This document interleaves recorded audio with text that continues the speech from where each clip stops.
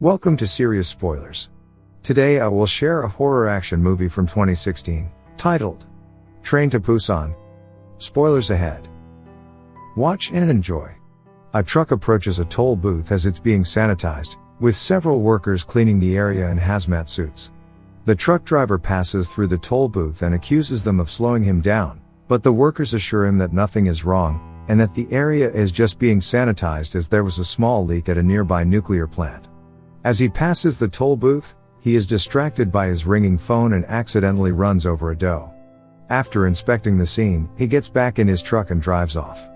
However, the doe staggers to its feet despite the crash and turns to reveal that it is infected. Meanwhile, in Seoul, Seok-woo is a busy fund manager who barely has time for his daughter Swan, let alone his divorce. After a stressful day at work and accidentally buying Swan the same birthday present he did last year, Swan reveals that she wants to visit her mother in Busan. Seok-woo is initially reluctant due to work, but his mother convinces him otherwise by showing him a video of Swan singing Aloha Oe at a school recital, which he couldn't attend due to work. Out of guilt, Seok-woo books the next KTX train bound for Busan the next morning. Early in the morning, Seok-woo drives Swan to the station, only to nearly crash into an oncoming horde of ambulances and police cars. As Seok-woo ponders what could be going on, Swan reaches out the car window and catches an ember in her hand, prompting Seok-woo to notice the burning building in the distance. He remarks that there's something bad going on, but drives to the station regardless. They board the train, which is also occupied by the tough working-class husband Sang-hwa and his pregnant wife Sun-kyung, a high school baseball team, rich but selfish CEO Yeon-suk, and a pair of elderly sisters, In-gil and John-gil, and a homeless man who seems to be aware of the zombie situation. As the train prepares to leave, a spasming young woman boards the train with an enormous bite on her leg. Outside the train, station manager then signals the KTX to leave, only to notice a group of people on top of the stairs of the station, screaming at something unseen. Swan watches through the window as the manager is quickly ambushed by a rabid human, which only she witnesses. Frightened, Swan gets up to go to the bathroom. In the lower numbered cars, a train attendant comes across the infected woman, and she attempts to resuscitate her, only for the woman to complete her transformation. The zombie then latches onto the attendant's neck, who runs into the baseball team's car in a panic. The two then fall to the floor, now both zombies. The two proceed to attack most of the baseball team and creates a horde of zombies in the process. Only 4 students escape: baseball player Yong-guk, his crush Jin-hee, and 2 unnamed boys. The zombies race towards the upper compartments and infect everyone in their path. Swan unwittingly walks towards the lower ones, looking for a bathroom. Seok-woo awakens and notices that Swan is missing from her seat.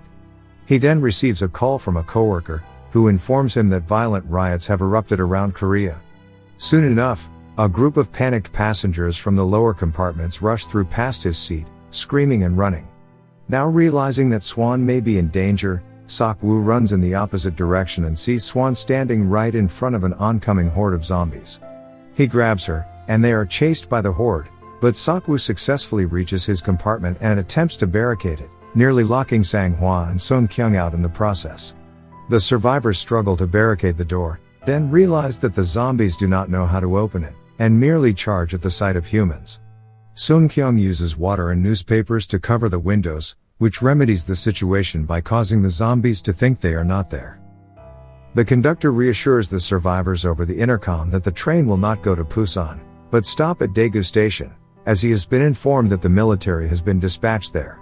Yeon-suk calls his company friends and asks about the situation at Daegu, which Seok-woo overhears and deduces from it that all arriving passengers at Daegu will be forcibly quarantined. He makes a private call to a coworker and convinces him to pick him and Swan up separately so they won't be quarantined. The train then arrives at the abandoned Daegu station, and Seok-woo takes Swan towards the east exit where they will be picked up, while the others go towards the main exit. The homeless man follows Seok-woo, having overheard his phone call. The 3 go down the hallway where they see a soldier in the distance. Relieved, Seok-woo tells Swan to stay where she is, and he rushes towards the soldier for help, only to see that he is injured. The soldier begs them to help him before a horde of infected soldiers round the corner, trampling and consuming him. The rest of the survivors head out the main exit. Towards the bottom of the escalator, The survivors see a large group of uniformed men and realize the soldiers are all infected, and the deployment has failed. Several of the passengers are eaten and infected as they scramble back up the escalator and back into the station. Seok-woo, still inside the station concourse and facing zombies, tells Swan to run. She does so and bumps into Seok-kyung and Sang-hwa, who are rushing back to the train with the others. Seok-kyung takes Swan and runs to the platform, while Sang-hwa fights off the horde with Seok-woo, Yong-guk, and the two other baseball players. Once they manage to lock the exit door, they run to the train. Yong-guk's two friends are attacked and infected when they reach the platform. Meanwhile, Jin-hee, Yeon-suk, and a few others have successfully boarded the train. Seok-kyung and Swan are also boarding when a glass bridge above the train shatters and sends zombies raining onto the platform. One of the zombies falls between In-gil and Jong-gil, separating them. In-gil is forcibly dragged aboard Jin-hee's compartment, and she watches Jong-gil, Seok-kyung, and Swan run in the opposite direction. Seok-kyung, Swan, Jong-gil, and the homeless man barricade themselves inside a bathroom in one of the lower infected compartments, while Yong-guk, Seok-woo, and Sang-hwa successfully get onto a safe compartment. Sang-hwa calls his wife and realizes she is trapped in the bathroom with a few others. Unwilling to leave them to die, the three of them begin fighting through the lower compartments to rescue them. In the process, they discover the zombies are blind in the dark and only react to sound. They use this to their advantage and manage to rescue them, and they all run together towards the first compartment, where Yeon-suk, Jin-hee, In-gil, and the manager are. Yong-guk texts Jin-hee that they have rescued the survivors and are headed towards her compartment. When she happily tells the others, they react with hostility and decide to lock the door to their compartment to prevent the group from entering. With the door locked, Yong-guk attempts to break it open, while Seok-woo and Sang-hwa struggle to keep the zombies from entering on the other side. Realizing that there isn't enough time, Sang-hwa tells Seok-woo to take care of his wife and leave him behind to distract the zombies. Seok-woo tearfully apologizes and lets go of the door, dragging Swan and Seok-kyung towards the barricaded door. Before he is consumed, Sang-hwa manages to tell his wife the name he chose for their unborn son. The locked door is broken down and the survivors pile into the compartment safely, although Jong-gil is not fast enough and she is eaten.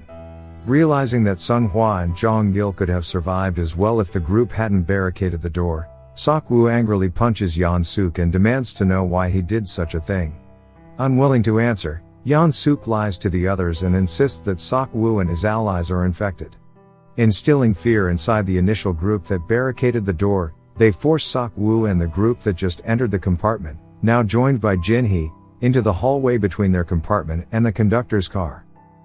Once they are forced out, Yeon-suk and the others use their neckties and shirts to tie down the knob and prevent them from coming back in. In-gil, still shocked and silent from seeing her sister die needlessly, notices Jong-gil's face in the crowd of zombies in the door window. She tells her infected sister that she lived a long and fulfilling life, and realizes that the compartment group's actions have led to her sister's death. Out of anger and defeat, In-gil opens the door, allowing the zombies to flood the safe compartment. The survivors inside the hallway can only watch as the group is eaten inside the compartment. They see shadows of the passengers desperately clawing at the door they just barricaded in a cruel twist of events. The conductor receives a radio notification that Busan has succeeded in holding off the zombie infection. However, as they approach a station before Busan, the train is cut off by debris on the track. The conductor informs the remaining survivors on the train over the speaker that he will find another train on an unblocked track to drive to Busan and that they should follow him, but wishes them luck, as they will have to exit the train and survive crossing the zombie-filled tracks. He exits his cockpit, and finds an empty path, successfully discovering a cargo train. He starts it up and begins going down the track towards Busan, searching for survivors on the tracks. Seok-woo and the others exit the train, and unbeknownst to them, Yeon-suk has survived the horde of zombies in the compartment, by hiding in the bathroom. He also hears the conductor's announcement and fights his way out of the compartment, but several zombies continue chasing him as he gets off. Meanwhile, Seok-woo's group is making their way to the cargo train. Suddenly, a burning freight car rushes towards them, and Jin-hee and Yong-guk are separated from the group when the runaway freight rams into the cars of a nearby train, which falls and blocks their path. They go into one of the next train cars to cross over to the other side through the door, not noticing that Yeon-suk, who is being chased by a zombie, is following them. Yeon-suk enters the car and throws Jin-hee behind him, sacrificing her to the zombie. Yong-guk fights the zombie off and collapses to the ground, cradling the spasming Jin-hee in his arms. Yeon-suk ignores them and manages to pry the door open and runs towards the cargo train. As Jin-hee chokes and begins to turn, Yong-guk begins to cry, asking why fate had to be like this. He apologizes to Jin-hee for not telling her how he felt about her, as she fully turns and consumes his face and throat. Yeon-suk runs towards the cargo train, but twists his ankle on the tracks, and one of the zombies following him manages to bite his ankle. The conductor rushes off the car to help, but Yeon-suk betrays him and throws him aside to the zombies like he did with Jin-hee. He ignores the conductor's screams for help as he boards the train alone. Meanwhile, the homeless man, Swan, Seok-woo, and Song-kyung are on the other side of the wreckage, trapped under a train full of zombies. The windows of the train threaten to collapse at any moment. Seok-woo finds an opening under the train and begins to climb under it, but a part of the train collapses and seals the hole before the other three can make it through. The impact also shatters a window, and a small group of zombies tumble out and crawl towards the three. However, the homeless man sacrifices himself to the zombies at the last minute, allowing enough time for Seok-woo to pull the debris away and for Song-kyung and Swan to escape. They run towards the cargo train and get on the outdoor platform of it. Seok-woo approaches the cockpit but backs away when he sees Yeon-suk in the conductor's seat, milky-eyed and infected. He initially shuts the door, but Yeon-suk opens it in spite of being a zombie. The infection has not reached his brain. Yeon-suk approaches Seok-woo and begs him to take him home to Busan, speaking like a little boy and reciting his address and the name of his mother. Seok-woo tells him he is infected, and Yeon-suk is momentarily shocked, and he weeps, but within seconds, he is fully turned. Seok-woo begins to struggle with the zombified Yeon-suk and nearly falls off the ledge of the car. Swan screams on the other side of the car platform, which attracts Yeon-suk, and he attempts to attack Song-kyung and Swan. However, Seok-woo intervenes, and his hand is severely bitten. He manages to throw Yeon-suk off the car but notices his injury. Aware that he will turn very soon, he seats Swan and Song-kyung in the cockpit and tells them how to use the brakes once they get to Busan station.